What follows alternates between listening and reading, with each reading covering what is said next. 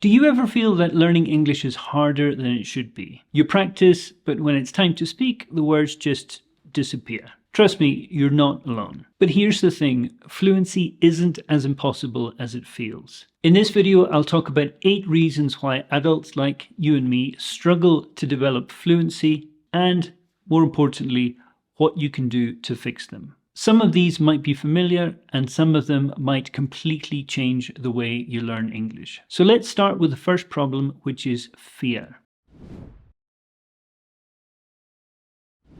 When I first tried speaking Japanese with native speakers, I froze. I was terrified of saying something stupid or being misunderstood, and that actually stopped me from practicing, and as a result, I didn't improve. But here's what I learned. I learned that mistakes are good. They show that you're trying. When kids learn a language, they don't worry about making mistakes. That's why they improve so fast. They bounce from one mistake to the next mistake until they become fluent. So here's a challenge for you. Try speaking for 1 minute every day, even if it's just to yourself.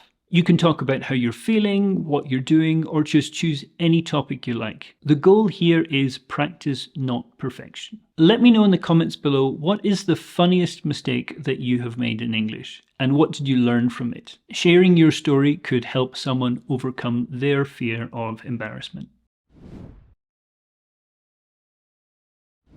When adults learn a language, we want to understand everything. So why does this verb change? What's the rule for that? But in reality, you don't have time to think about grammar in a real conversation. For example, if somebody asks you, "How are you?" you don't stop and analyze the grammar, you just reply, "I'm fine, thanks." So here's a tip to help you stop overthinking grammar. Try learning a few phrases every day. Write them down in a notebook and practice them until they become natural and automatic. Don't focus on the grammar, focus on the rhythm, the flow, and actually enjoying what you're saying. Having these phrases immediately available to you when you need them is really going to turbo drive your speaking skills.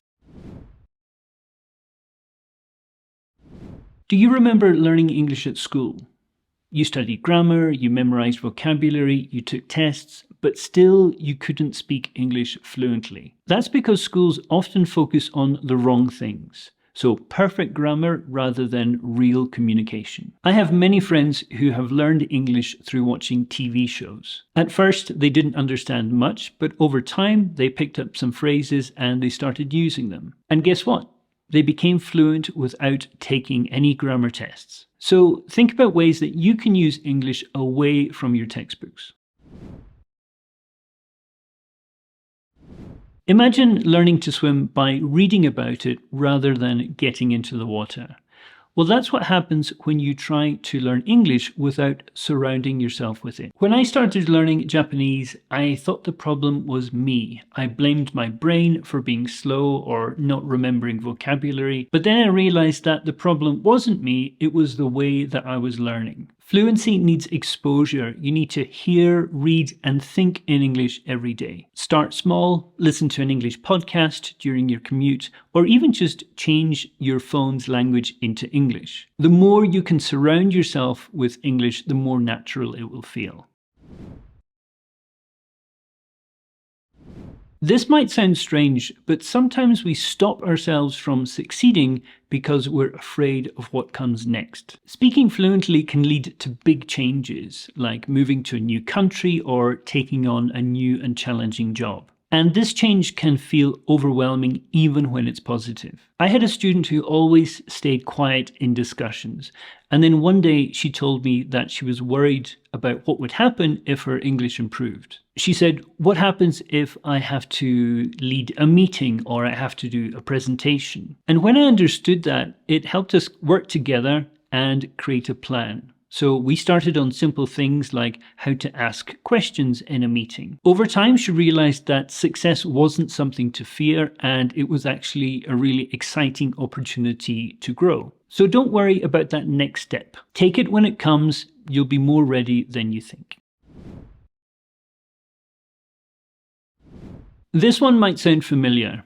You feel really motivated, you buy a book, you download an app, and then life gets in the way. Work, family, other responsibilities take over, and the first thing to get pushed aside is your language study. But here's the secret. It's not about studying for hours, it's about consistency, even in small amounts. I remember one of my students really struggled to make time for English, but she felt that she had to study for at least 1 hour or it would be a waste of time. And then we tried something different. I asked her to commit to 10 minutes of practice each day. It could be in the morning during her commute, could be at lunchtime, or maybe before she went to bed at night. After a month, she noticed a big improvement, not just in her English ability, but how she felt about her English study. She was doing what she had committed to do, and she felt really good about it. That small, consistent practice made all the difference for her. So here's what you can do.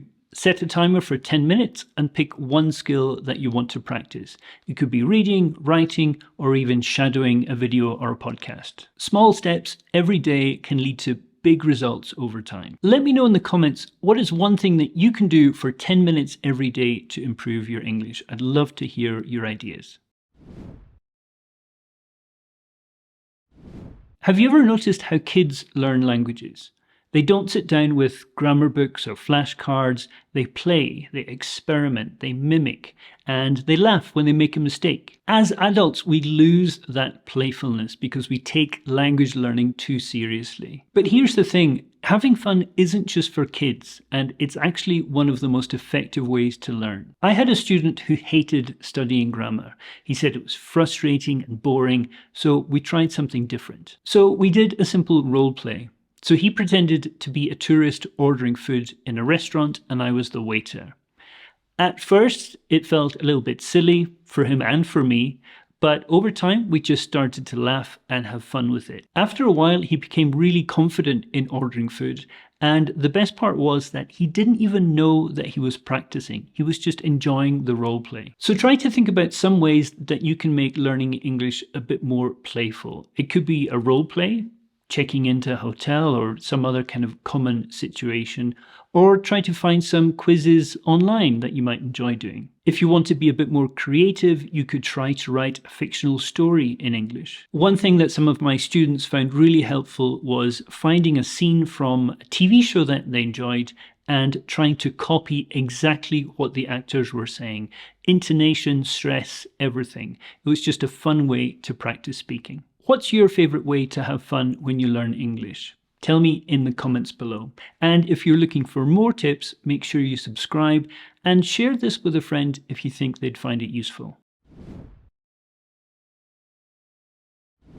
Have you ever felt that speaking a language makes you feel different, like you're stepping into a different version of yourself? For some people, that can be exciting. It's a chance to explore. But for others, it can be uncomfortable, like you're losing part of yourself. But what I feel is that learning a language doesn't replace your identity, it adds to it. So try to think of it as expanding who you are, not leaving something behind. A friend once told me that when he spoke English, he felt like he was pretending to be somebody else, like it wasn't really him anymore. He felt like his jokes didn't translate and his personality seemed different. And I could understand what he meant, but I tried to help him think that this is just about learning different ways to express yourself. Languages are going to be different, and just think about this as an extra piece of your identity. So don't be afraid about bringing yourself into English. Think about the things that you want to say, maybe some expressions from your native language, and think about how you could translate them into English. Those are important pieces of you, and you can take them into this language that you're learning. Have you ever felt like a different person when you're speaking a different language? Let me know in the comments. I'd love to hear your stories. So there you have it, 8 reasons why adults struggle to become fluent in English. Which one did you relate to the most? If you found this helpful, please make sure to subscribe for more tips to help you become fluent and confident in English. And share this with a friend because it might be exactly what they need to hear today. In the meantime, you can check out this playlist. I'll see you there.